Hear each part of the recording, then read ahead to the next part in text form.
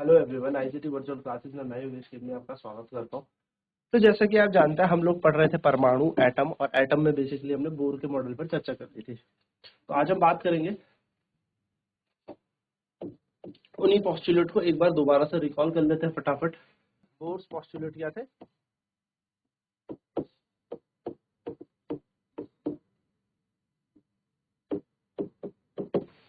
Electron will revolve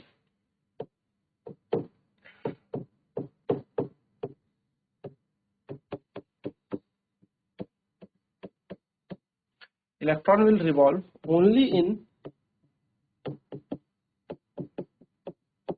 those orbits which have angular momentum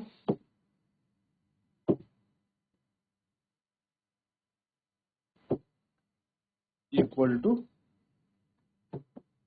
nh upon 2 पाई। यानी कि electron उन्हीं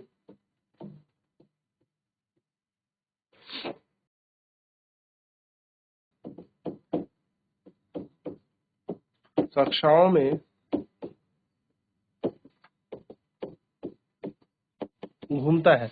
electron उन्हीं कक्षाओं में घूमता है, उन्हीं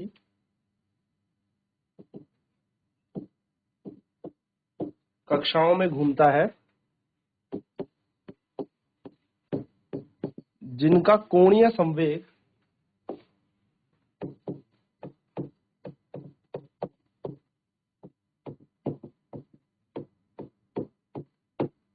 NH अपॉन 2 पाई के समान हो।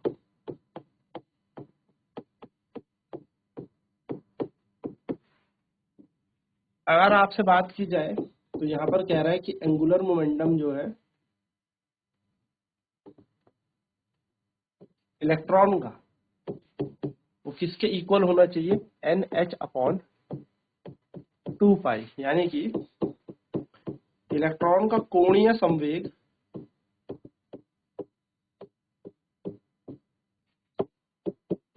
NH अपॉन 2 पाई के समान होना चाहिए। मान लेते हैं let m equal to mass of electron. m क्या है? इलेक्ट्रॉन का द्रव्यमान है।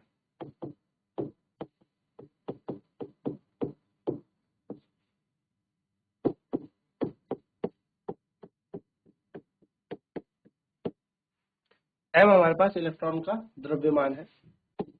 v यहाँ पर वेलोसिटी इलेक्ट्रॉन की है कि इस वेलोसिटी से इलेक्ट्रॉन घूम रहा है, वेलोसिटी ऑफ इलेक्ट्रॉन। यानी कि इलेक्ट्रॉन का वेग v हमारे पास है, इलेक्ट्रॉन का वेग, और r है रेडियस ऑफ इलेक्ट्रॉन। यानी कि इलेक्ट्रॉन की त्रिज्या या इलेक्ट्रॉन द्वारा ली गई त्रिज्या, नॉट इलेक्ट्रॉन की त्रिज्या, electron radius of path taken by electron. क्योंकि इलेक्ट्रॉन घूम रहा है ना सर्कल में, गोलाकार यानी वृत्ताकार गति पे घूम रहा है, तो कुछ ना कुछ त्रिज्या तो होगी। तो radius of path of electron, यानी कि इलेक्ट्रॉन के पथ की त्रिज्या। तो एंगुलर मोमेंटम कैसे दिया जाता है?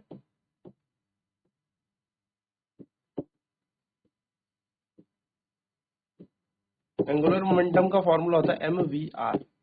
यानी कि कोणीय संवेग कैसे दिया जाता है? तो कोणीय संवेग दिया जाता है mvr द्वारा दिया जाता है। तो बोर कहता है कि कोणीय संवेग जो होना चाहिए, यानी कि mvr जो होना चाहिए, वो NH अपॉन 2 पाई के समान होना चाहिए, ये पहली शर्त याद रखिएगा। दूसरी शर्त में यानी कि दूसरे पॉइंट में हमें कहते हैं bore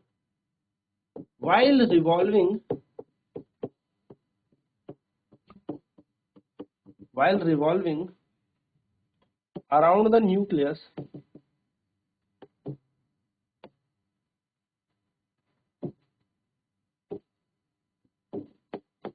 the electron won't emit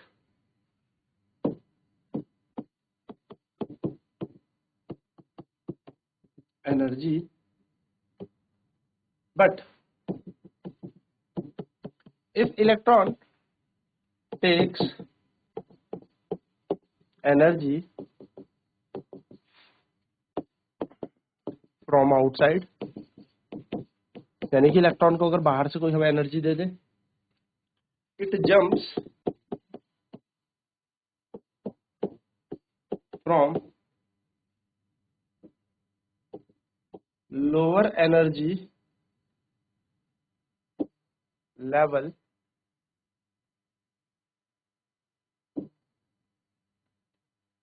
to upper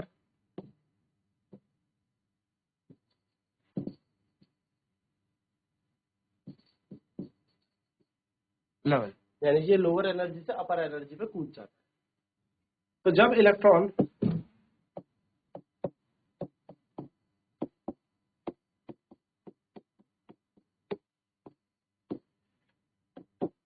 कक्षा में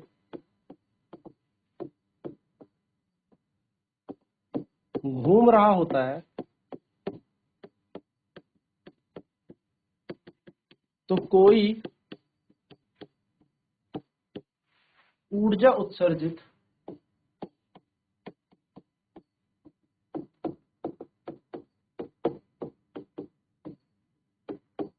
नहीं करता, परंतु या फिर मैं कह सकता हूं करता। यदि इलेक्ट्रॉन को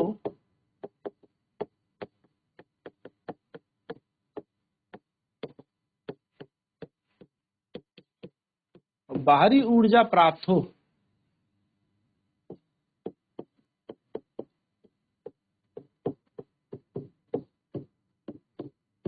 यदि इलेक्ट्रॉन को बाहरी ऊर्जा प्राप्त हो तो वह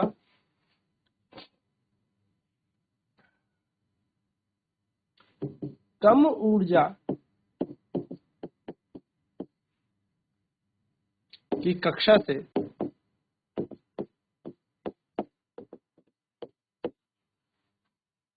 कूदकर ज्यादा ऊर्जा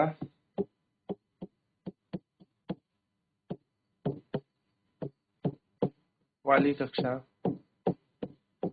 में चला जाता है। अब हुआ क्या, लोअर एनर्जी लेवल से इलेक्ट्रॉन हायर एनर्जी लेवल पे चला गया। अब हुआ क्या, यहां पर electron 10 to the power 8 second में तक रहता है। Electron stage here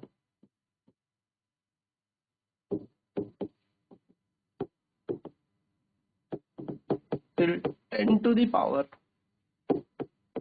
-8 seconds, then come back to the lower energy state। तो यहाँ पर electron 10 to the power -8 second तक रहता है। फिर अगर इलेक्ट्रॉन को एनर्जी मिली तो और ऊपर निकल जाएगा, नहीं मिली तो फिर ये वापस आ जाएगा। while returning back, while returning the electron emit energy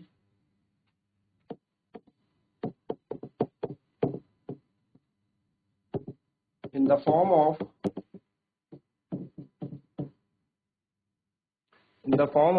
electromagnetic radiations।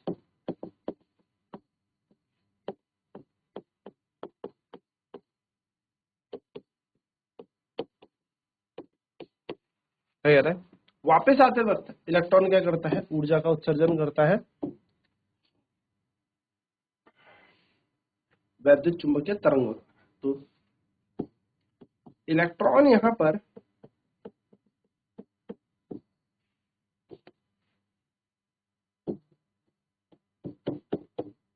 दस की घात -8 सेकंड तक रहता है। उसके बाद वापस आ जाता है।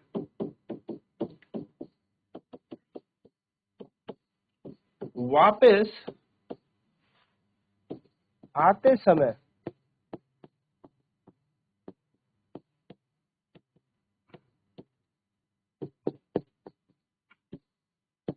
इलेक्ट्रॉन वापस आते समय इलेक्ट्रॉन ऊर्जा को वैद्युत चुंबकीय तरंग के रूप में निकालता, या बोल सकते निकलता है, निकालता है। तो यहां पर क्या होगी, वैद्युत चुंबकीय तरंगे निकलने लगती है। तो जब इलेक्ट्रॉन क्या करेगा, n इक्वल टू 1 से n इक्वल टू 2 पर जाएगा। यहाँ की एनर्जी E1 है, यहाँ की एनर्जी E2 है। जब इलेक्ट्रॉन यहाँ से यहाँ जंप करके गया तो यहाँ 10 की घात -8 सेकंड तक रुके रहेगा। और एक्स्ट्रा एनर्जी मिलेगी तो जंप करके और ऊपर चला जाएगा। नहीं मिली एक्स्ट्रा एनर्जी, यानी कि इससे ऊपर एनर्जी नहीं मिली, तो इलेक्ट्रॉन रिटर्न हो जाएगा, वापस आ जाएगा अपने फिर से छोटी कक्षा पे। और वापस आते हुए इलेक्ट्रॉन क्या करता है, एनर्जी लिबरेट करेगा इलेक्ट्रोमैग्नेटिक रेडिएशन में एच न्यू। डेल्टा ई का मतलब होता है E2 - E1 बराबर एच न्यू। तो अगर हम यहाँ से न्यू का मान निकाल लें तो वो निकलेगा E2 - E1 अपॉन में h। तो ये है हमारे पास फ्रीक्वेंसी की कंडीशन। तो हम कहेंगे ये है बोर्स फ्रीक्वेंसी कंडीशन, यानी कि बोर की आवृत्ति की शर्त। चलिए नोट करेंगे, देन बात करते हैं बोर के हाइड्रोजन लाइक एटम में कैसे हाइड्रोजन का रेडियस निकाला जाता है, कैसे इलेक्ट्रॉन का रेडियस निकाला जाएगा। तो यहाँ पर हमें बोला कोणीय संवेग mvr nh/2π के बराबर होगा, उन्हीं ऑर्बिट पे इलेक्ट्रॉन रिवॉल्व करेगा। और जब इलेक्ट्रॉन एक एनर्जी स्टेट से दूसरे एनर्जी स्टेट पे जाता है तब ये एनर्जी गेन करके जाएगा और वापस आते वक्त एनर्जी रिलीज करेगा in the form of electromagnetic radiation, यानी कि वैद्युत चुंबकीय तरंग के रूप में ये ऊर्जा का उत्सर्जन करेगा। चलिए नेक्स्ट हेडिंग हो गया हमारी Bohr model for hydrogen like atom, hydrogen and hydrogen like atom.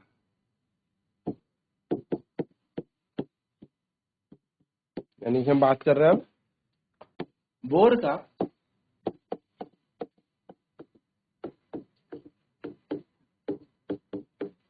Hydrogen और हाइड्रोजन जैसे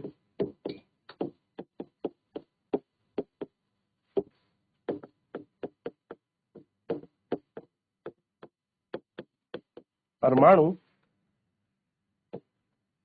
के लिए मॉडल।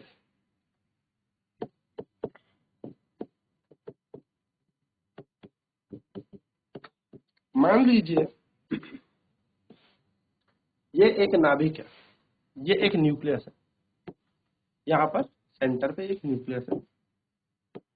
इस न्यूक्लियस के अंदर आप सभी को पता है कि कितना चार्ज होगा, तो इसके अंदर होता है जितने प्रोटॉन उतना इसके अंदर चार्ज होगा Ze। जेड यहाँ पर नंबर ऑफ प्रोटॉन होता है। प्लस चार्ज क्यों बोल रहा हूँ, क्योंकि यहाँ पर प्लस यहाँ पर क्यों, क्योंकि न्यूक्लियस में नाभिक में हमारे पास धन आवेश होता है और एक इलेक्ट्रॉन यहाँ पर चक्कर काट रहा है जो कि r दूरी पर या r रेडियस से चक्कर काट। हमने कहा m मान लिया हमने, let m is equals to mass of electron, यानी कि इलेक्ट्रॉन का द्रव्यमान। ये इलेक्ट्रॉन जो है ये v वेलोसिटी से चक्कर काट रहा है, तो v is the velocity of electron, velocity of electron यानी कि इलेक्ट्रॉन का वेग।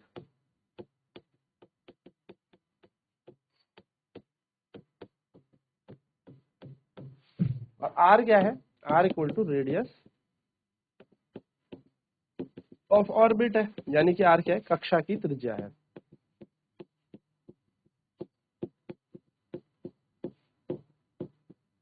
कक्षा की त्रिज्या हो गई r, है ना। अब क्या हो रहा है, ये जो इलेक्ट्रॉन है ये इसके चारों तरफ चक्कर काट रहा है। हमें निकालना है radius of orbit.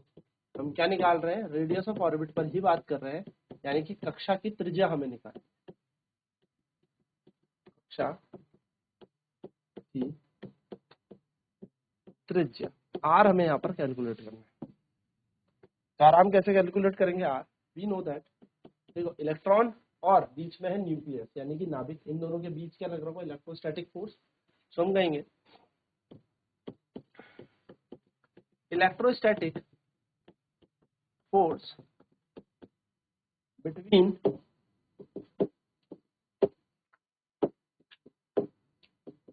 Nucleus and electron, यानी कि नाभिक व इलेक्ट्रॉन के बीच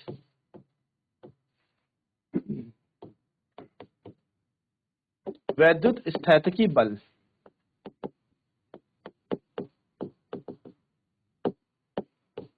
तो वो वैद्युत स्थैतिकी बल कितना होगा, F बराबर Q1 Q2 upon 4 pi epsilon not r का स्क्वायर। सेंट्रीपिटल फोर्स देगा, तो सेंट्रीपिटल फोर्स क्योंकि सर्कुलर पाथ में घूम रहा है तो सेंट्रीपिटल फोर्स भी यहाँ पर होगा, यानी कि अभिकेंद्र बल भी यहाँ पर होगा, अभिकेंद्र बल यहाँ पर होगा। अभिकेंद्र बल कैसे दिया जाता है, F is equals to mv square upon में r। आप सभी जानते हैं कि सेंट्रीपिटल फोर्स एक कोई फोर्स नहीं होता, एक पहले से एग्जिस्टेंस फोर्स इस फोर्स को लागू करता है, यानी कि हमारे पास जो इलेक्ट्रोस्टैटिक फोर्स है वही सेंट्रीपिटल फोर्स बन जाएगा। r से r कैंसिल हो जाएगा, तो आप देखेंगे यहाँ पर यह बन गया हमारे पास mv स्क्वायर बराबर ze square upon 4 pi epsilon not r। Equation number इसको मान लो third. Now according to Bohr postulate, Bohr के पोस्टुलेट के हिसाब से,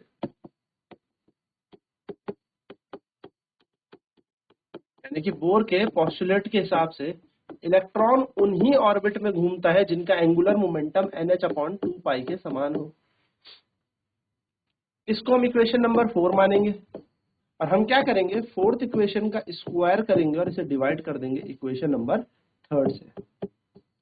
तो इसका स्क्वायर किया जाएगा तो m का स्क्वायर, v का स्क्वायर, r का स्क्वायर बराबर n का स्क्वायर, h का स्क्वायर, यहाँ पर आ जाएगा 2 का स्क्वायर 4, पाई का स्क्वायर पाई स्क्वायर, और डिवाइड कर रहे हैं थर्ड से, तो थर्ड है mv स्क्वायर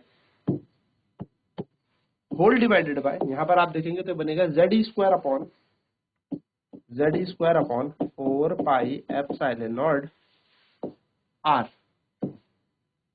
सॉल्व करते हैं इन वैल्यूज को, तो m से m कैंसिल हो गया तो एक m बचा, v स्क्वायर से पूरा v स्क्वायर गया तो एक r स्क्वायर बचा, यहाँ हो जाएगा n square h square upon में 4 पाई का स्क्वायर, और ये सारी की सारी जो नीचे की टर्म है 4 पाई एप्सिलॉन नॉट r यहाँ, और यहाँ आ जाएगा ये पूरा ऊपर नीचे आ जाएगा z स्क्वायर। आप देखेंगे क्या क्या कैंसिल हो रहा है, 4 से 4 कैंसिल, पाई से पाई कैंसिल, एक r से एक r कैंसिल हो जाएगा, तो हमारे पास आएगा mr बराबर n square h square epsilon nought upon pi Z E square, और रेडियस हमें निकालना है तो निकल जाएगा N square H square epsilon nought upon M pi Z E square. ये हमारा रेडियस बन जाएगा, यानी कि त्रिज्या बन जाएगी। तो हमने रेडियस क्या निकाल लिया, N square H square epsilon nought upon M pi Z E square. अब आप सभी जानते हैं कि एन का मतलब होता है कक्षा की संख्या और जेड होता है हमारे पास एटॉमिक नंबर यानी कि परमाणु संख्या। तो ये हमारे पास वैल्यू बन जाएगी। हाइड्रोजन के लिए z का मान 1 होगा, तो यहाँ पर हम देखेंगे r बराबर बन जाएगा N square H square epsilon nought upon pi Z pi E square M pi E square. And ये पूरी की पूरी क्वांटिटी कांस्टेंट है, तो r is directly proportional to N square. यहाँ पर H square eps nought upon M pi E square का मान होता है 0.53 एंगस्ट्रॉम। तो हमारे पास जो फाइनल रिजल्ट आएगा, रेडियस होगा 0.53 एन स्क्वायर एंगस्ट्रॉम। ये होती है त्रिज्या हमारी हाइड्रोजन एटम की।